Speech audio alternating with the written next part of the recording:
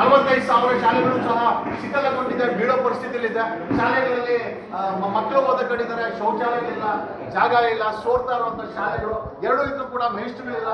ಸ್ವತಃ ಈ ರೀತಿಯ ಒಂದು ಪರಿಸ್ಥಿತಿಯನ್ನ ಅಂದ್ರೆ ನಮ್ಮ ಕರ್ನಾಟಕಕ್ಕೆ ಒಂದು ಕ್ವಾಲಿಟಿ ಎಜುಕೇಶನ್ ಸಿಸ್ಟಮ್ ಬೇಕಾಗಿದೆ. ಜಸ್ಟ್ ಬಿಕಾಸ್ ನಾವು ಟ್ಯಾಕ್ಸ್ ಕಟ್ತೀವಿ ಅಂತ ಯಾವುದೋ ಬಿದ್ದೋಗ ಮನೆಗಳಲ್ಲಿ 78 ವರ್ಷ ಆದರೂ ಮಾಡ್ತಾ ಇದ್ರೆ, ವಿ ವಾಂಟ್ ಕ್ವಾಲಿಟಿ ಎಜುಕೇಶನ್. ಸರ್ಕಾರಿ ಶಾಲೆ ಬೇಕು, ಬಟ್ ಅದು ಕ್ವಾಲಿಟಿ ಆಗಿರ್ಬೇಕು.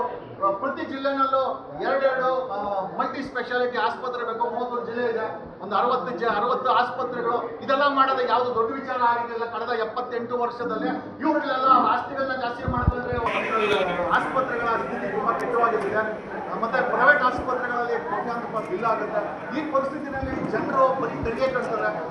ಆ GST ಕಟ್ಟು, ಈ GST ಕಟ್ಟು, ಬರೀ GSTಗಳನ್ನ ಕಟ್ಟಿ ಜನರ ಜೇಬಲ್ಲಿ ದುಡ್ಡಿಲ್ಲ. 97% people are suffering from financial backward. ಅಂದ್ರೆ ಆರ್ಥಿಕ ದುರ್ಪರಿಸ್ಥಿತಿಯಿಂದ ಅವರೆಲ್ಲ ಬರೀ ಇವ್ರು ನಾನು CM ಆಗಬೇಕು, ನಾನು ಮಿನಿಸ್ಟರ್ ಆಗಬೇಕು, 2028ಕ್ಕೆ ಮತ್ತೆ ನಾನೇ ಬರ್ತೀನಿ ಅಂತ ಒಬ್ಬ ಕಣ್ಣೀರು ಹಾಕೊಂಡು ಹೇಳ್ತಾನೆ. ಇನ್ನೊಬ್ಬ ಇವಾಗ ನಾನು ಅಧಿಕಾರದಲ್ಲಿ ಇದ್ದೀನಿ, ನಾನೇ ಬರ್ತೀನಿ ಅಂತ ಹೇಳ್ತಾನೆ. ಏನಕ್ಕೆ ಅಂತಂದ್ರೆ ಬರೀ ದುಡ್ಡುಗಳು ಮಾಡ್ಕೊಳಕ್ಕೋಸ್ಕರ, ಅವ್ರ ಆಸ್ತಿಗಳನ್ನ ಜಾಸ್ತಿ ಮಾಡೋಕ್ಕೋಸ್ಕರ, ಜನರನ್ನ 7 ಕೋಟಿ ಜನರನ್ನ ನಡೆಸೋಕ್ಕೋಸ್ಕರ ಈ ತರ ಎಲ್ಲ ಮಾಡ್ತಾ ಇದ್ದಾರೆ ಹೊರತು 78 ವರ್ಷದಲ್ಲಿ ಸಿಂಗಾಪುರ್ ಮಾಡಬಹುದಾಗಿತ್ತು.